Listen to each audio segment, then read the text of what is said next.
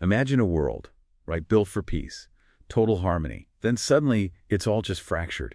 Chaos. Yeah. What if humanity actually held the key, the blueprint, for that peace, and then lost it? It's a powerful starting point.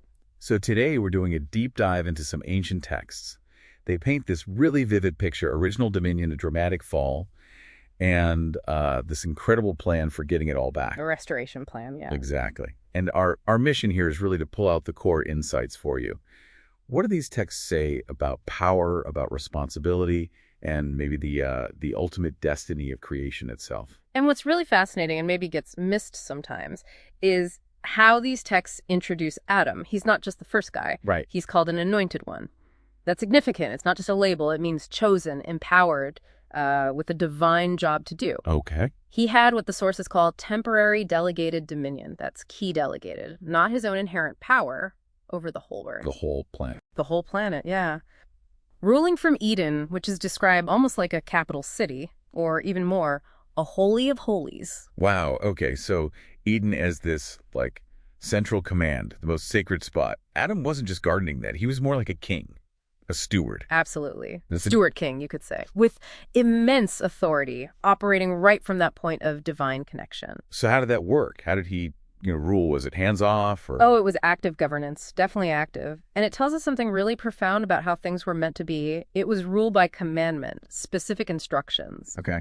And the result, an incredibly peaceful world. I mean, the texts talk about the wolf and lamb playing together, kids being safe around animals that, well, we'd consider dangerous now. Hard to even picture that. It really is. Adam held that authority, governing the globe from Eden, maintaining this perfect balance. It sets up just how much was at stake, how much could be lost. Yeah, that idyllic scene feels almost fragile, which I guess leads us right to the turning point.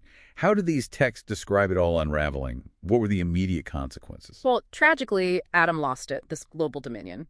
The sources say he lost it to Satan. Okay. Or some readings focus on losing it to sin itself, like the principle of transgression, by breaking that foundational commandment. So either the deceiver or the act itself. Exactly. And that distinction matters because it points to either, external trickery or internal failure. But either way, the outcome was devastating. Earth fell under what's described as Satan's unlawful oppression. Unlawful oppression. That's a huge reversal from harmony to that. How did that shift look? It was a complete flip. The world changed.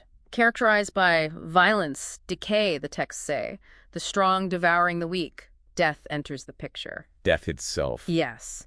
And you remember Satan's claim in the desert, temptation, all the kingdoms of the world. Yeah, offering them to the sun. Right. The key insight here is that was usurped authority. It was only allowed temporarily. It was never truly his. All real authority belongs to the Creator. Satan's power was built on, theft. Stolen goods, essentially. So, okay, the world's under this unlawful occupation. Time for a rescue mission. But wasn't just immediate force, was it? What was the strategy? Right, and that's maybe one of the most profound parts of this whole narrative. The son arrives, called the last Adam, specifically to inherit and reclaim that dominion. Okay, the rightful heir shows up. Exactly. But instead of just, taking over immediately, wiping out the opposition, he chooses the cross. Think Gethsemane. It's described as a strategic delay. Strategic delay.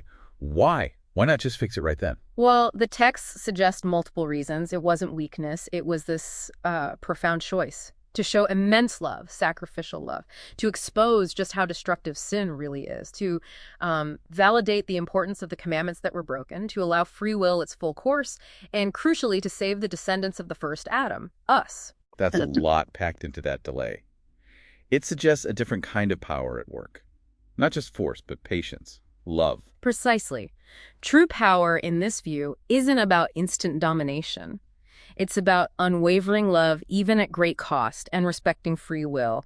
It reframes responsibility, not just enforcing rules, but redeeming through sacrifice. Is there like an analogy for that? There's a great one, actually, in the story of Haman and Mordecai. Remember, Haman builds the gallows for Mordecai? Yeah, and ends up hanged on them himself. Exactly. It's kind of like that. Satan sets up the cross, his gallows for the son, but through the son's resurrection, that very instrument of death becomes the means of Satan's ultimate judgment. It exposes his lies, confirms the son's victory. Wow. Okay, so the victory is won strategically. What does that mean for the future? For Earth? for, us? Well, the Son's work condemned Satan, legally, you could say. It set the stage for Earth's full recovery. But humanity still has a role, a big one. We do. Yeah. Followers, by overcoming sin in their own lives, actually participate in pushing back against that oppression. They help make Satan a footstool. That's the image used. Total subjugation. Making him a footstool. Powerful image. And the future vision. The Son returns to establish a new heaven and new earth, ruling by commandment again, but this time free from sin, free from Satan, for 1,000 years initially, the texts say. And we're not just watching this happen. You said we participate. Absolutely. Those who follow the Son are invited to co-reign with him. It's not something earned by works. It's given by grace. It fulfills what Paul describes as creation itself groaning, like this deep ache. Right, in Romans. Yeah, groaning for liberation from decay, from this cycle of violence and death. The whole natural world is waiting for this freedom, and you're invited to be part of making it happen. Okay, so we've covered a lot.